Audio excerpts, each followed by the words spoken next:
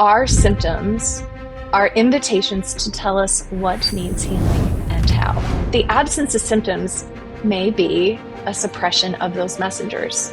Do you have strategies for that? Absolutely. The way we wire it is the way we'll fire it. Go back into the body, do the tapping, do the breathing, cold on the face, back into the body. The body will start to communicate in whispers. And if we don't hear the whispers, it will turn into shouts.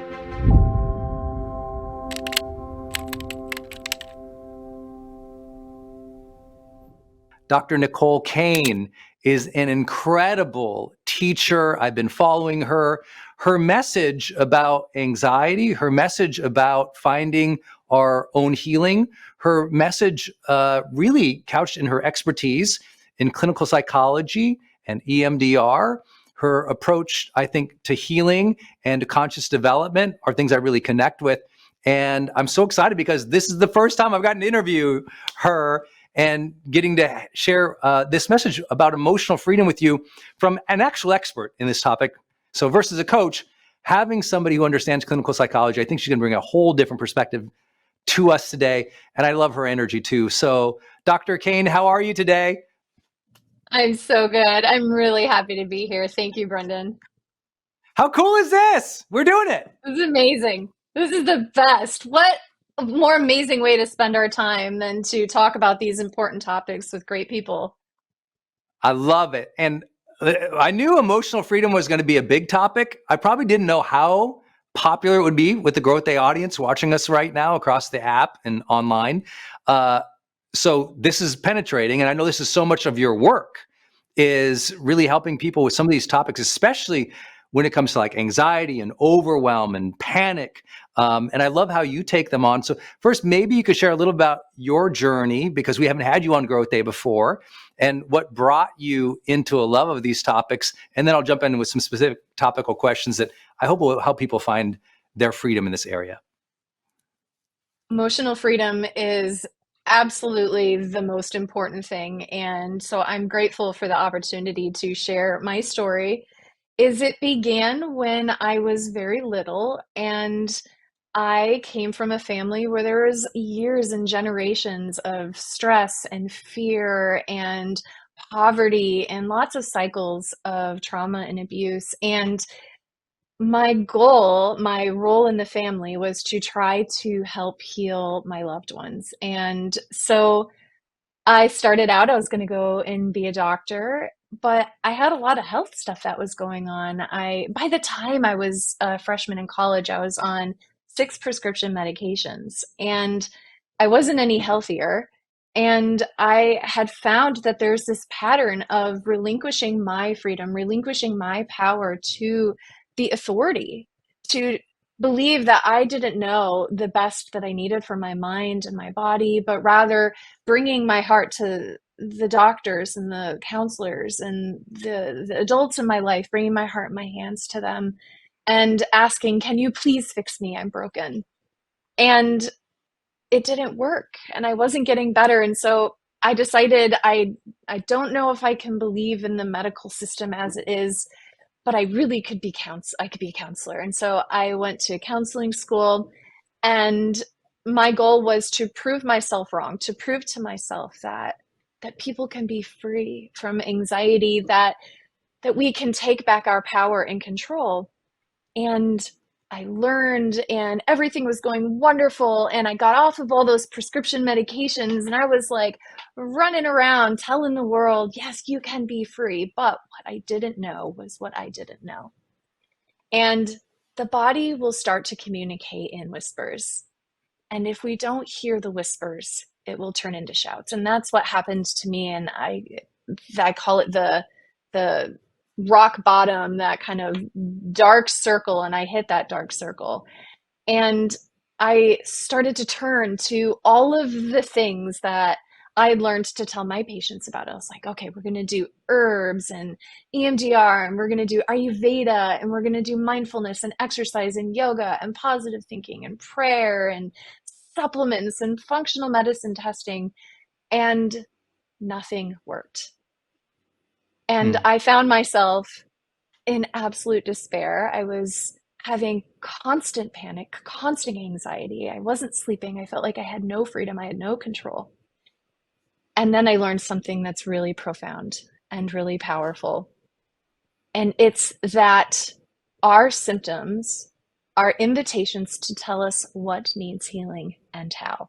And that when we look at our symptoms as adversaries and we try to suppress them, sometimes we think that the absence of symptoms is freedom.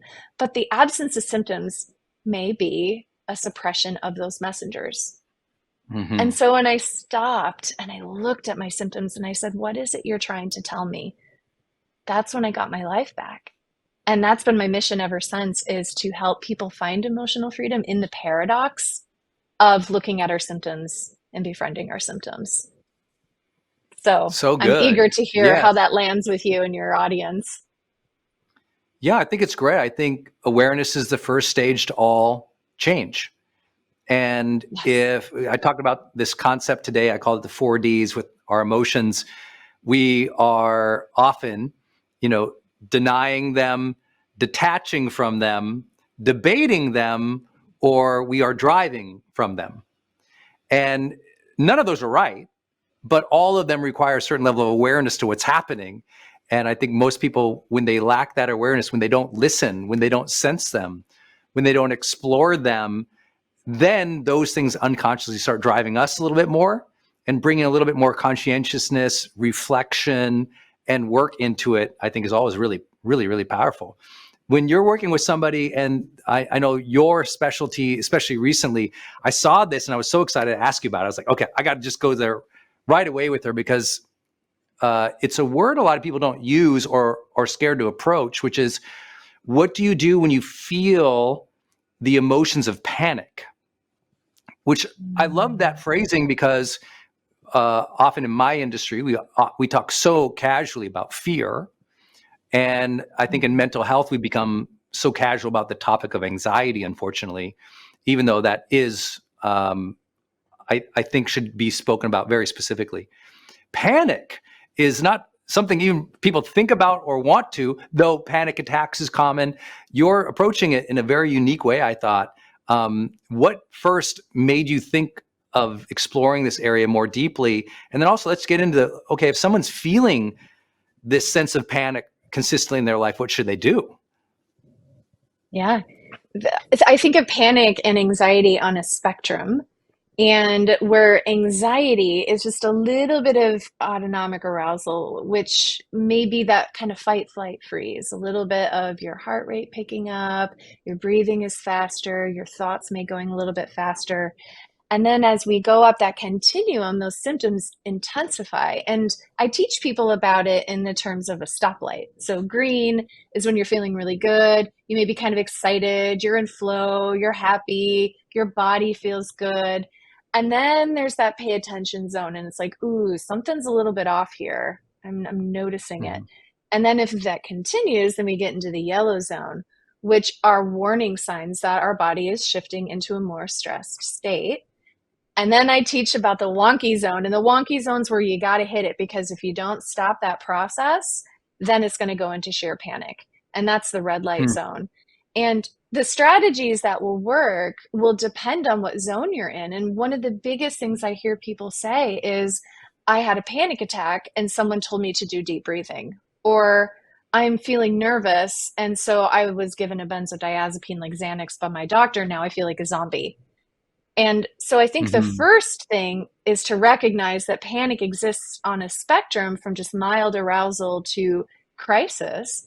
And then figuring out, okay, what is my body trying to tell me right now? And as you said, that means we've got to look at it and acknowledge it, but not in a way to try to mitigate or bring it down or reduce the intensity, but rather to partner with it so that we can decode what it's telling you, because it's probably been whispering and getting through that level of spectrum into the red by the time we hear it.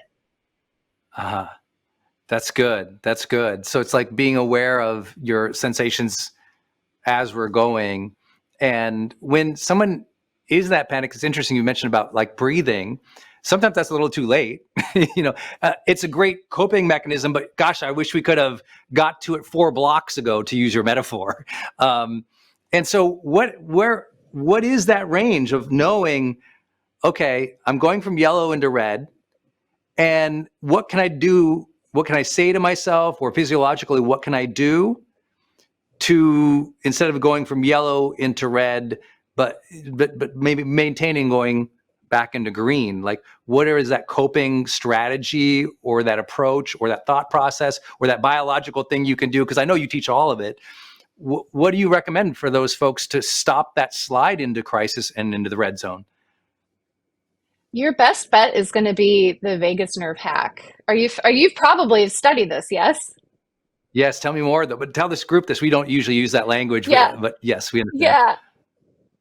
So the vagus nerve is your longest nerve, and it goes all the way from your brain and down into the gut. And this isn't Vegas where the slot machines are. This is vagus, which is the Latin for wandering. And think of the vagus nerve like a switch. When the vagus nerve is activated, your body will switch from arousal into calm. And so your fastest way to hit that switch is going to be in a couple of different ways. And these are things that you can do almost anywhere you go. And so we discovered this, though, primarily with deep sea divers.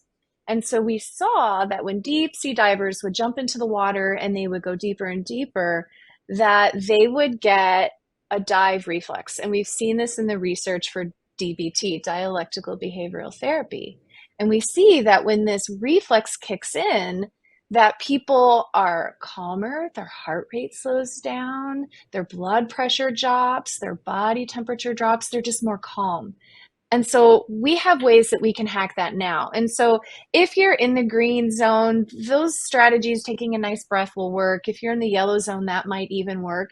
But if you're getting into that kind of area between the yellow and the red, when you wished you'd addressed it 4 blocks ago, that's when a vagus nerve hack will work really well. So here's a couple of examples. So first of all, is that applying cold to the face can be incredibly effective. And I teach people about creating a panic pack.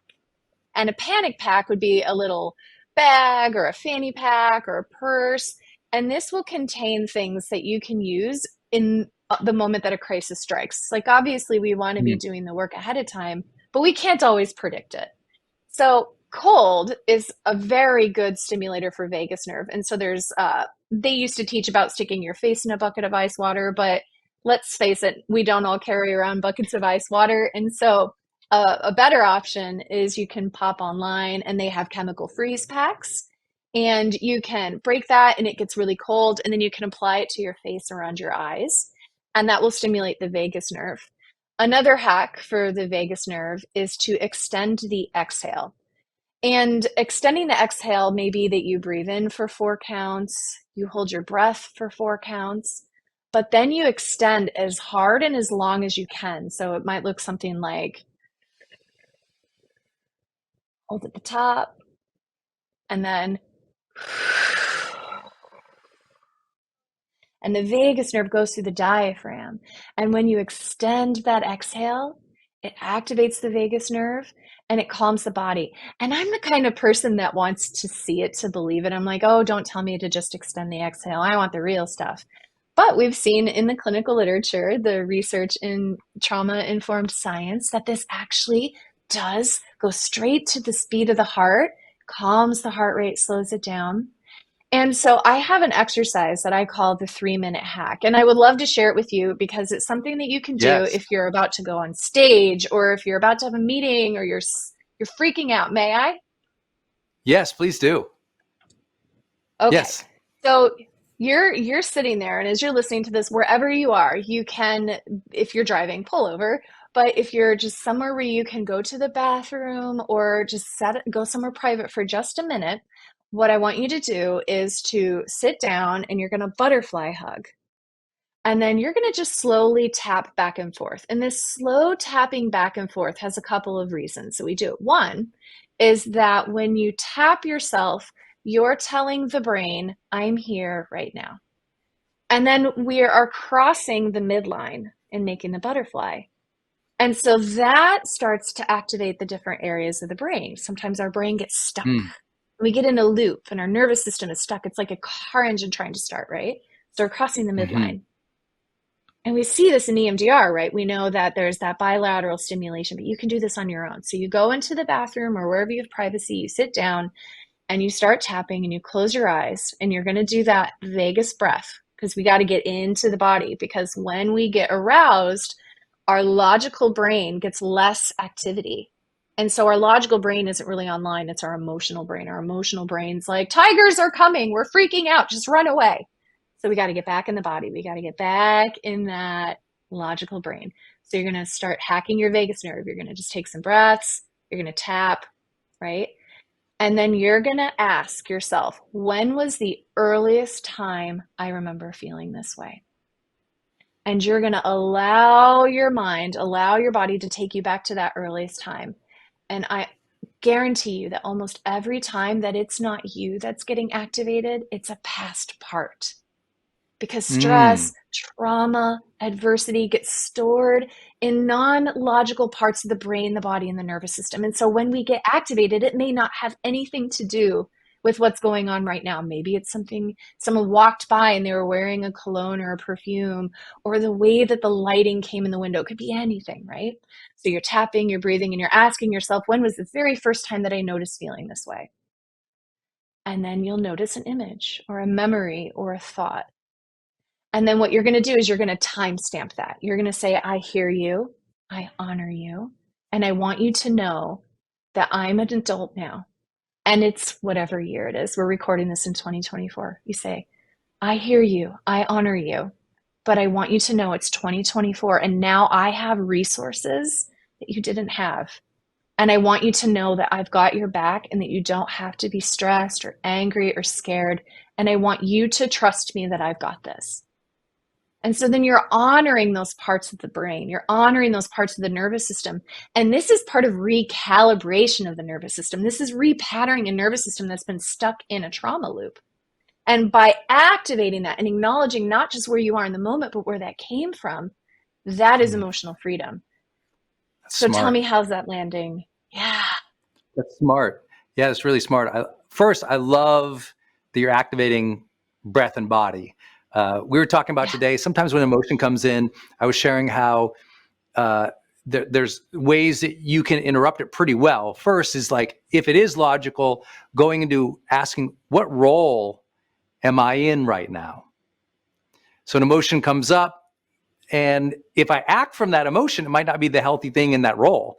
Oh, I'm a loving mom, so I'm not going to scream right now, even though I feel like screaming. And that's okay to acknowledge it, but I'm going to act from a role, and that might have me transition into that conscious intention. Oh, I'm this type of person, or I'm playing this role right here. So I'm going to move into intention, not just from reaction. But if that doesn't work, then I might also ask, what judgment am I making? What's the judgment I'm making that is coming from this emotion or started this emotion? And the third piece that I taught was this exact part of, oh, let's use our body and our breath to, connect and to give ourselves a minute, or to change it, or to sense it. So it's not always changing. Sometimes it's sensing it. But I really love that you did a couple of things, because I love tapping in general. So tapping solution with the Ortners, I've studied a lot of their work and they're great friends, and I know you're familiar with them. So I Yes. love activating the body, tapping. It's really smart alternating. I love that you're bringing that in. I really hope everyone, I don't know if I was on camera or you guys could tell or not, but when she was doing that, I was actually doing it with her. I was like, oh, I like that sensation. That's cool. I like the going back to where that originally came up. What do you do? And I appreciate what you said earlier too, with the old idea, like dip your face in a cold bowl isn't always appropriate. Let's take this into a real life situation. You're in a boardroom. You're surrounded by 7 executives. You feel this sense of anxiety and, even panic. I think there's some things that can be helpful and appropriate there. Certainly connecting with your body and breath is possible. Maybe going to your childhood, or the first thing that comes up, where you might need more time to process that or think through that. But now, your coworker is finishing with them. You're next to talk. and you've got to find an access point to maybe a more helpful emotion right there. It's almost like you got to get into, you got to be able to, what we call in the athletic world, you got to be able to lock in. And that's really hard because we don't want to deny the emotion, but we need to move into another one. And we might not have time to think of, well, I first felt that when I was 5, right? That might be good for processing, debriefing later on. I think especially helpful with the therapist.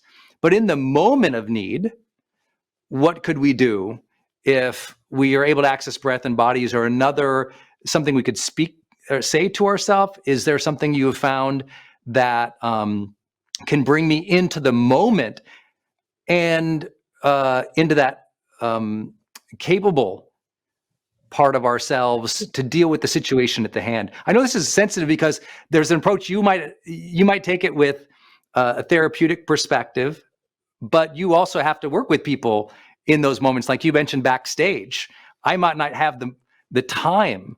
So what would you recommend in that situation? I don't know the answer. I have lots of ideas, and you ask such good questions. This is great. I'm loving every minute Oh, of I'm glad. this. So, a couple of options is that you can, and this is more something you would prep with, but you can train a body anchor.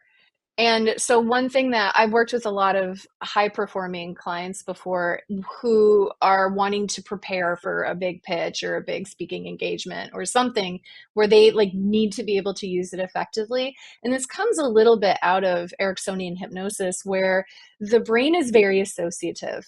And so, just like you can smell some chocolate cookies and you're transported back into time, you can train your body to get into specific states more on command. And so, a strategy that I like to use is a biological anchor. And so, ahead of time, you'll start to visualize yourself doing this activity. You're going to go on stage, you're going to speak in front of 60,000 people, you're going to go pick your kids up from school and talk to their teacher, whatever it is, right? And so, if you have the bandwidth and space ahead of time to create an anchor, as you visualize yourself successfully doing that, and then give yourself a cue word. And so it could be freedom, because today we're talking all about emotional freedom. And then while you say that, you're going to exhale and you're going to squeeze the knuckle on your ring, kind of that knuckle on your hand and your ring finger here. And part of that, we could get into some of the meridians and acupuncture and all that fun stuff. But we'll just kind of focus on it just here as is that you practice and you say freedom, freedom. And on every exhale, you squeeze it so that when you get into that board meeting, you've already prepared for that. You can squeeze it, activate that cue. But let's say that you have a meeting in 5 minutes, you're just listening to this conversation. You're like, gosh, I wish I would have known that 3 months ago. Yeah, is there are a couple other ways that you can activate the calm nervous system. And one is you can take your tongue, the tip of your tongue, and if you put it on the roof of your mouth, you're going to feel the hard palate. And then if you slide the tongue back to the soft palate, the squishy part, you can activate the vagus nerve in that way. So that's something you Mm. can do very subtly on a board meeting, is you could take that tongue and press it, and that can activate vagus. Another option is chewing or sucking on ice or sour. We've seen in the clinical research that a piece of sour candy is also vagus activating. So there's a few other hacks for Wow. us. Oh, that's great. I actually haven't ever heard of the candy piece. That's cool. Oh, I love any excuse to eat ginger candy or sour candy. That's awesome. That's a great response. Thank you. When you're dealing with folks who are um, in the place of dealing with self-judgment, they're hard on themselves, they guilt themselves, they shame themselves. How do you help them with that? We were talking earlier with our group about this topic of emotional freedom, and a lot of people had questions about guilt or self-forgiveness. How do you deal with that aspect of the healing journey so that people can feel more, not just emotionally free to do stuff, but at that level of self-love, self-respect, that place where their worth grows because they're letting go or forgiving some of those parts of ourselves where we shame ourselves? Is there something that comes to your mind there for those who are struggling with that emotion of guilt that seems to chain them back? I feel so strongly about this question because that was something that shackled me for a really long time, is that humility was rewarded in my family, and that could often then be twisted into guilt. And so Hmm. true emotional freedom is looking at our symptoms as adaptations. And so, if you struggle from being hard on yourself, from feeling guilty, you desire from every cell in your body to achieve great things and to change lives and to live in your greatness. And yet, there's a part of you that's like, I'm unworthy of that, or I feel selfish doing that, or I feel so guilty, or gosh, I would love to spend time writing today, but I don't want to neglect my kids or my family. Of course, there are beautiful, wonderful reasons out of your abundance of love that you may pause and question that. And I would urge you is to look at your feelings of guilt as an adaptation and ask yourself, what did I adapt to that resulted in where I am at present? And so adaptations is I want you to think about it in terms of they help you to be better suited to survive how you grew up. And this is with respect to either what happened to you when you were growing up, what didn't happen to you when you were growing up, and even in your present. What are your unmet needs right now? What isn't happening now that you need? Maybe it's space, it's time, it's encouragement, it's people to cheer you on. Or maybe there's something that's happening to you right now that may be bringing you down. Who are the protagonists in your story? Who are the antagonists in your story? So I want you to look at your symptoms that Brendon was just describing as adaptations. And then once you can identify those adaptive patterns, you can intentionally rewire it. And earlier, you were talking with John about wins, and you were talking about noticing your wins and noticing your successes. And that's a part of repatterning, but we can be really strategic. We can create new patterns. You can you can put beautiful paint on the walls, but if there are pictures that are hanging on the walls that don't go with the new paint schema that you're doing, that's going to be an obstacle to you having the outcome that you want. So you want to take down the paintings that are on your wall and you want to ask yourself, where did this come from? Is this what I want to hold on to? Is this mine? Does this belong to somebody else? And doing an audit of those messages. And so if we think about it just in terms of pure neuroscience, let's say that you have Susie, and Susie grew up in a very critical household, and she had very overbearing, very critical parents. And so she adapted to that by becoming hypervigilant. She would notice her behaviors, her nuances. She was really good at nonverbal communication. She could read people really well. She was really hardworking. She was tenacious. And so she worked herself up to a position of leadership. But she felt like if she was to go against the grain and say what she really thought, that something bad or scary would happen. And so that's holding her back. But that may be because of her programming from when she was younger. That adaptation, what was helpful then, is holding her back now. And so when you have those thoughts, you want to start to question where they came from and repattern them. It's like writing a new computer program code. It's like rewriting your story. It's like completely remodeling your house. It's identifying what is holding you back from freedom and then reprogramming that with intentionality. That's so good. That's so good. We were talking about the difference earlier of like emotions, feelings, and moods. What have you seen that help people move into a longer term positive mood? You know, some of what you and I have been talking about is kind of like acute. It's kind of like, okay, you've got this anxious, you got this this panic. And now we're talking about reprogramming. I love the metaphor, by the way, of choosing the paintings and whether or not they still fit the wall or still fit your home, or whether or not they're somebody else's. In terms of establishing a long-term, more positive mood where people just feel like more alive and better about life. Because I don't know how you sense it, but sometimes in the world right now, a lot of people are very morose or numb, or maybe sometimes they're discouraged.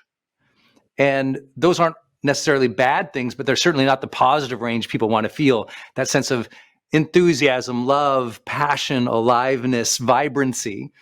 And that's harder to move into. That requires more of like a longer term view, moving into moods that stick around a little bit more, that are more of the positive range.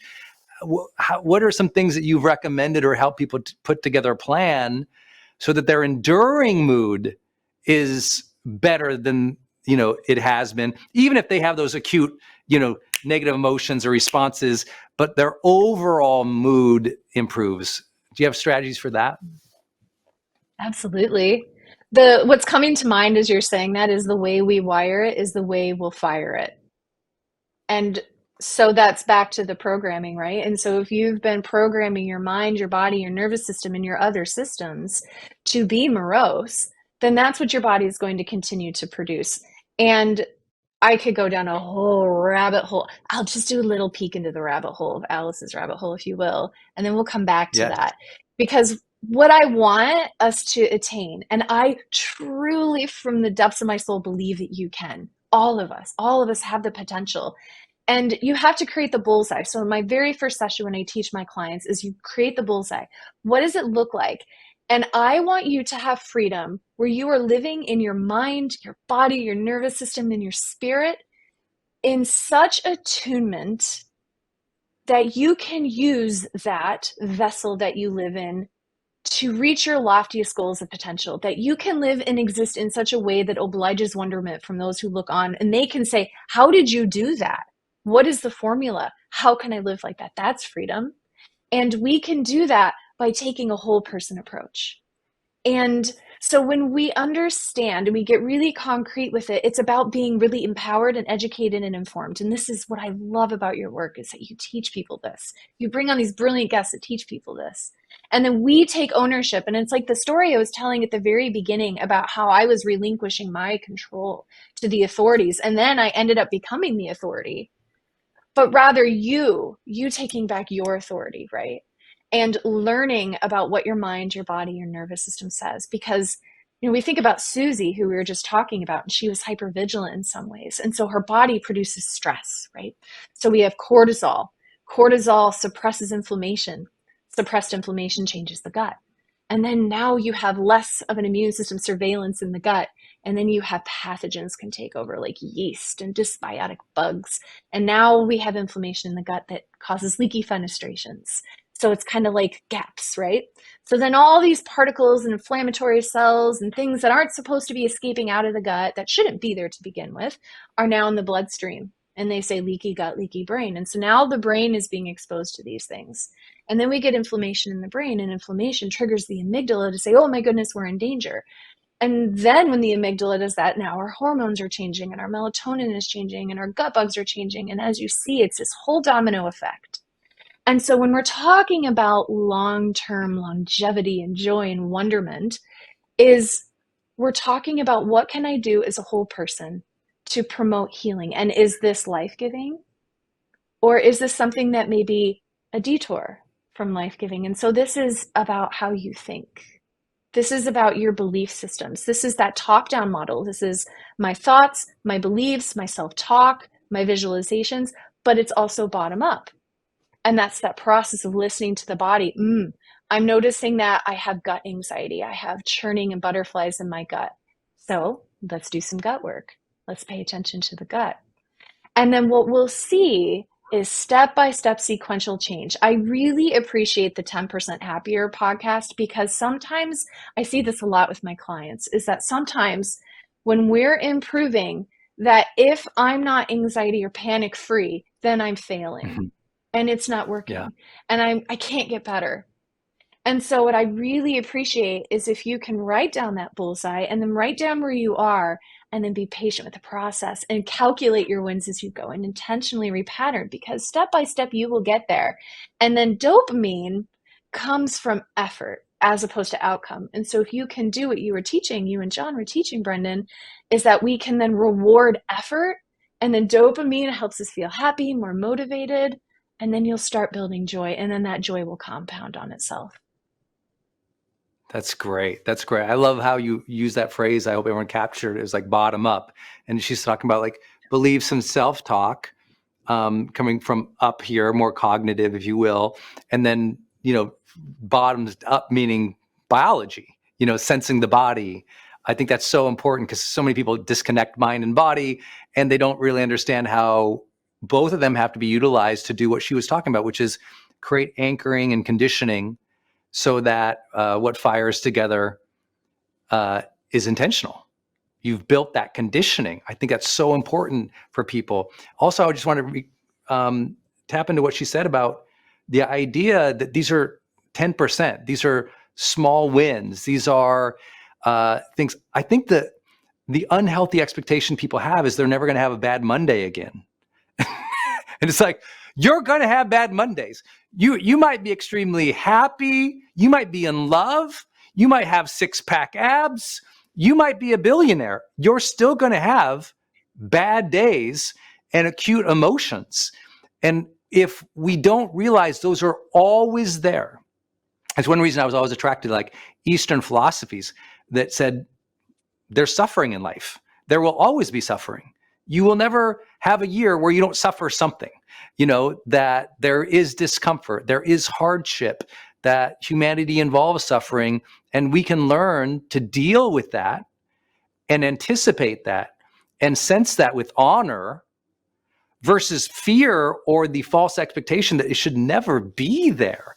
Do you find that expectations really fit a lot into more of a negative emotional range, anxiety, panic? Sometimes it's just like the worldview that things have to be perfect, that perfectionism. Does that come into play here?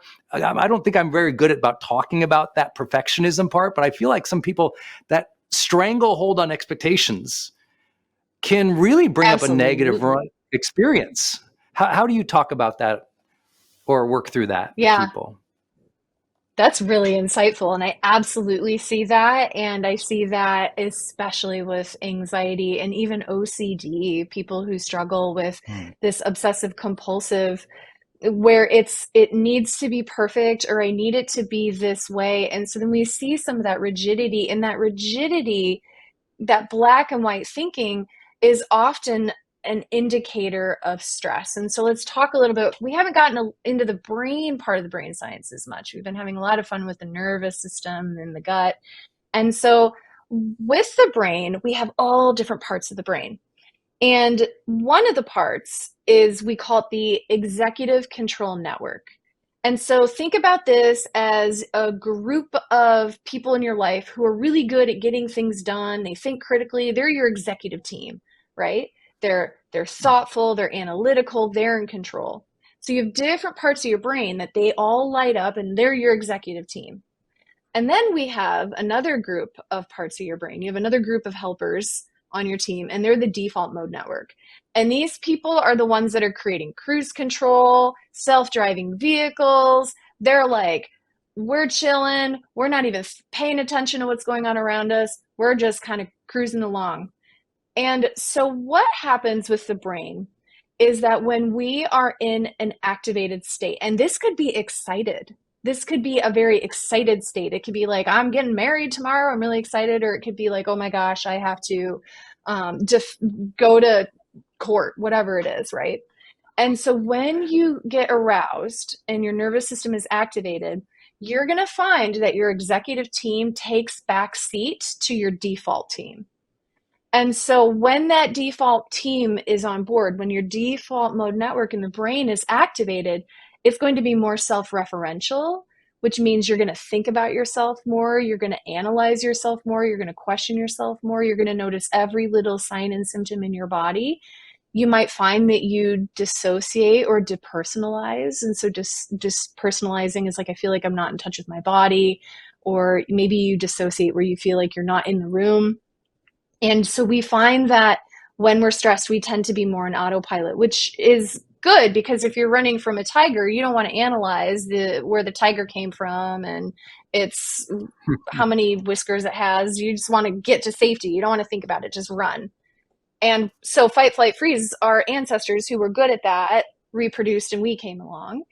And so what you want to do in those moments when you're struggling with perfectionism is say, oh, my default team is running the show. Let's stop and see if we can activate my executive team. And so what we're seeing in the neuroscience is that they don't exist at the same time. And so you have to get back in the body and then get your executive team on board. And you can strengthen your executive team by using cognitive habits. And so doing Sudoku, doing puzzles, um, doing math, taking a class, attending a seminar like this. Like you guys, if you're really digging in and just digesting the material, your executive team's like, yeah, we got this, we're incorporating it. And so then you can use those executive players to speak about this perfectionism and say, okay, what is reasonable? What is reasonable and attainable, and in what time, and what isn't, so that you can start to be really mindful and audit those perfectionistic tendencies. And then again, going back into the body. So if you're in that default mode, go back into the body, do the tapping, do the breathing, cold on the face, tongue on the roof of the mouth, sour candy, ice, back into the body. And the more you can do to strengthen your dream team, your executive team, the more you're going to have control over perfectionism. So good. So good. Yeah, I think though it's what I love about perfectionism is people know they have it. It's like a symptom they recognize, like, oh yeah, I have that. And I know that that's making me miserable, but I don't know what to do about it. And I think the first thing is to have that sense of grace. This is an area that sometimes in letting go, you find more freedom, not in just more controlling, but sometimes in allowing grace in your life and allowing flexibility. I think is important what she said when she said the word rigidity. Earlier, we talked about that as a form of strictness, that when there's this strictness in our life and this lack of flexibility, that can condition us to be on constant high alert of all the things that are wrong and make life feel awful. So I love this. You mentioned the word team, and it cued me to an earlier question from today's seminar where someone is asking, like, what do you do if it's your spouse or your partner? You're in relationship with somebody and they might not have, let's use the phrase emotional intelligence or maturity. You're dealing with somebody who's just, they're constantly entrapped by perfectionism or anxiety or anger or impatience. So what do you do when you're in a relationship with somebody and they're just not as emotionally mature, or, they're very volatile in their emotions? How can you cope with that? How can you maybe even assist or steer in that difficult situation? I had somebody ask me this question once, and I was on the receiving end of it because I have a wonderful husband, and he's a clinician actually. And he was in a period of his life where he was very anxious and very activated. And I was like, oh my God, you're stressing me out. And so I went to my clinician. I'm like, can we fix him? Like, I've done all of the things. I've given him kava kava. I've given him back rubs. Like, what can we do to deal with this man? Right. And so she asked me a hard question, and I was like, ooh, that was a burn, but I appreciate it. And I'm going to tell you what it was. Are you ready? Yes. So she was like, what part of you is enabling him to continue in that pattern? What part of you is enabling him to continue in that pattern? Because relationships are reciprocal. And so it's kind of like it's like on a teeter totter, right? And so we engage in balancing with our partnerships. And so if they're in a space, Brene Brown talks about this, relationships can't be 50-50. Sometimes you could show up at 5% and they got maybe 25, or sometimes you're 100 and you're like, I got this, boo. They're at 0. It's okay.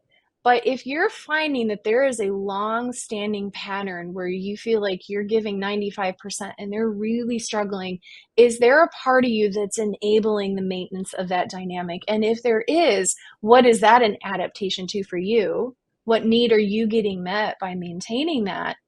And if you no longer want that pattern to continue as it is, what kinds of changes do you need to make from a place of love and radical empathy and support and acceptance? But one of the biggest things that I see in perfectionistic, high achieving people is that they have this urge to be helpers. They want to fix their loved ones. They want to help everybody. And Mm-hmm. you can lead a horse to water, but you can't make him drink, right? We all know that saying. And that's, I think, true. And I could give you lots of platitudes about, okay, get him the Gottman book, Man's Guide to Women, and have them do these like mindfulness exercises together. And you can do all these things, but they have to really want it.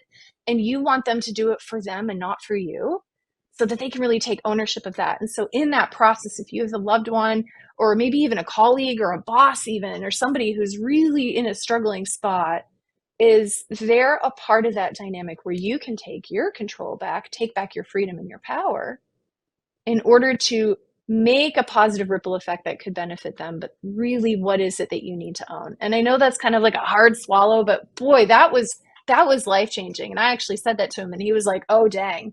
And it was probably the most fruitful thing. It was way better than any of my therapy tools. Yeah, sometimes a good question or a good framework can kind of reset it. You know, my way of answering it is very similar to what you just said. Is I first I will ask, are you leading the way? Are you managing yourself in an exceptional way that you're the role model? And they go, hey, I admire how you're dealing with this. I want to be like that. You're modeling the way in the relationship. And I think it all starts with that, because you're in power of what you are and how you show up more than them. So it's like, are you modeling the way? Are you leading the way? That's the first question. The second question is, okay, if that's true, then great. You have to sometimes love through. You have to love through. You have to meet them where they're at and allow that empathy and that compassion to know that's the season they're in. You know what? They're going through a difficult time. You know what? It does suck at work, and they are trying at work, but it does suck, and it is a downer for them. And so when they come home, they're kind of detached, and that's where they're at. That's the season. That's the difficulty. Loving it through, being compassionate, being empathetic, understanding, not trying to change. And then the third, if I'm using a framework here, it's like the third L. The first one was leading it. Second L is loving through. The third L is leveling them up. And it's a conscious decision and a conscious conversation to say, this is an area I feel like you're unhappy with in your life. Do you want us to work together on improving that? I see you're struggling with it. I am too. Do we want to jointly work on improving this? And not coming from a holier than thou, I'm going to coach you or I'm going to be your therapist, but rather like, wow, this is affecting us both. And having that difficult conversation of calling it out, but jointly saying, we want the energy in this house to be better. And is that true? Oh, yeah. We want the energy in this house to be better. Okay. What are we going to do on each of our parts to make the energy in this house better? And now it becomes a joint problem-solving activity, not a preaching activity. Because if it goes into preaching activity, you distance yourself. If it's a problem-solving activity together, we tend to have more connection and more reason to debrief it. If we didn't decide we're going to work on it and you try to debrief something, well, husband, let me tell you all the reasons that you just did that. Oh my gosh, wreck. But if it's, you know what, we said our energy was going to be like this interaction we just had wasn't that, let's talk about it. That's a very different motion through this intention. And so I hope that people will hear all of those. Sometimes you lead it and you're exceptional at it and they model the way. Sometimes you empathetically guide and live through it. And other times it's like a joint leveling up as a couple, which is a hard part, but I hope everyone will do it. You know? Yeah, I like that. And I like that you have that framework. That's brilliant because it helps like create like structure in the minds. We're like, okay, the three L's, got it. Yeah. Yeah. Tell me about when you're working with a client. We have a lot of coaches watching, like more like high performance type coaches, mindset and performance coaches. Probably 15% of our community is in that category or industry. When you're dealing with a client, or a patient, depending on how you're working, when you really encounter a lot of resistance, you know, they're just high level of defensiveness, sometimes self-righteousness, though they wouldn't use that language usually, or you just sense that resistance is very high.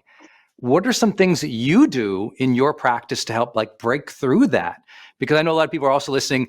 It's their spouse who's resistant, or their teenager, or their boss. It's just like they're totally resistant to self-improvement or personal growth or working together to feel better. How do we overcome high resistance? Yeah, you use it. You work with it. That resistance is a superpower. That person that is holding so strongly to their convictions is, I think that if we understand what is behind that resistance and work collaboratively with them to then wield that resistance to meet their goals, then those are the most powerful people. Those are the people you got to watch out for. I think of them as like the kind of fiery pitta constitution. Pitta is a word from Mm. Ayurveda, and it talks about that like fire inside of us. So someone's just like digging their heels in. Is we want to meet them where they're at. And there's an Olympic sport. It's called curling. Have you ever seen this sport? Yes, it's the thing. It looks like they're mopping, but there's also this Yeah. big thing moving. Yes, I've seen it. Yes. So this is the metaphor of the leading edge in psychology. And so the guy in this example is the puck, and the person shoves it. And I just remember watching this hilarious video, and they were so intense, and the camera's zooming in on her face, and she's like right there. And then you have these people that are just in front of the trajectory of the puck, right? And it's going. And so you're right there with it, and you're sweeping, and you're helping direct and guide it. You're not picking it up and being like, I need you over here. You're being resistant. You're not just like stepping back and being like, I don't know what to do with you. I don't want to be confrontational. You're right there in it with them. And you're giving them that gentle guidance and support, but you're allowing them to use that energy and that forward momentum. And your job is to help them figure out how to get where they want to go. And so my guess is that they're even showing up because there's a part of them that knows that you can help them get where they want to be, but there's something holding them back, and everyone's trying to talk them out of it and say like, oh, you're wrong, or you're just really resisting. And so then it creates this kind of push pull. When we think of physics, I push on the wall, it's going to push back with an equal and opposite pressure. Otherwise, I'd knock it down or it would crush me, right? And so when we think about working with resistance, is we want to lean into that fire and lean into that passion. And motivational interviewing is an important skill set that I recommend all of the leaders here learn. Is how do you be right at the leading edge? How do you be right in front of the puck? Use that energy to get them where you know that they want to go. And so in terms of the nuance with that, it's going to really depend on the individual. But I think like really being transparent with them about, let's create some goals. What is it you want? And if it's their partner, is getting really clear with the partner. Okay, so what I hear, Susie, is that you want Joe to be here, but Joe doesn't want to be there. And so what might 10% better be? And then going back to those like steps of sequential improvement, because then you're working with the puck as it's moving forward. And I think that that's a That's so good. really empowering way. Yes. That's so good. You know what? I think, and maybe you can speak to this a little bit. I think a lot of people, when they encounter resistance, their thought is the resistance is coming from that person just has superiority issues. What are some, you said part of it is dancing with it a little bit, or curling with it a little bit, leading it a little bit to understand why they're resistant. Because if you can understand why they're resistant, you can kind of, a different metaphor, use that like Aikido to kind of guide with that resistance. What are some other common reasons why they're resisting? Is it just defensiveness? Is it superiority? Is it fear? Like what do you Yeah. usually see? What's behind it? What's behind the curtain? I love the metaphor, what's behind the curtain, because we all want to know what's behind the curtain. And so sometimes they know, and sometimes they don't know. I like to think of it in Mm. terms of parts. And so internal family systems, we all saw or heard maybe the Inside Out 2 just came out. And so that's a great example of parts. And so some we think about like I have the angry part or maybe the stubborn part slash resistant part or the anxious part. But we can get even more nuanced than that. And so it's possible that you may have that individual who is wanting to make change, but is really, really stuck and resistant. And it is showing up, and you're like, gosh, I feel like you're acting like a 12-year-old right now. And it could be that their 12-year-old part is being activated. And we see this. And so that's the whole premise of ego state work and parts work is who's getting activated right now? And do you want a 12-year-old driving your car? Because right now your 12-year-old self is controlling you. You're not the one driving your car. You're in default mode network and you're being activated and you're being triggered. Of course, you would do this in a much more loving and guiding and leading direction, right? But I think what's important is that when you're looking at a person in front of you is to remember that they are a complex being with lots of parts and they may all disagree. And, it's something, so for you who may be hearing about parts work for the very first time, is it can be as easy as part of me wants a taco after this call and part of me wants a really good salad, right? So we crave different things. We feel different ways. We're in conflict. And so where's the root of that conflict? Where is it coming from? And what is the unmet need? And what is the adaptation of that 12-year-old? So good. I also want to echo something you said is so powerful and profound for people to have heard. The person in resistance, they may or may not know why they're in resistance, right? The automatic assumptions, oh, this is why they're resisting. They might not know. They don't, it's like to use her other metaphor, of getting some lunch, they might not even know they're hungry. They're acting out a pattern. They're on autopilot. They had a bad day. They're not even in intention or consciousness. There is no purpose to why they're being mean to you, right? You're taking it very personally, but they're not even present with it. And so I think when you face people's resistance, to have that openness to go, hey, they may know or they may not know. My job is to maybe inquire and try to find out and help process and think through this thing just to understand it. But don't assume it, because if you assume it, you're probably wrong. And that's what's shocking. She just wanted a taco, dudes. She wanted a taco. I mean, it's not that big a deal. She just needed some food. Everything's going to turn out fine. Your marriage is safe. She's hangry. Okay. This was awesome. Dr. Cain, how can other people learn about you and continue their journey with you? This is so great for our community. I appreciate you being on so much. Oh, it's been an absolute blast. Find me on Insta, Dr. Nicole Cain. Okay, check out her work, everybody. She's got some great resources for anxiety and panic on her website as well. Go follow her at Dr. Nicole Cain on Instagram. Get her resources on her website. She's super awesome, and we loved her energy today. Thank you, doctor. We appreciate having you on. So awesome. Thanks, Brendon. So good.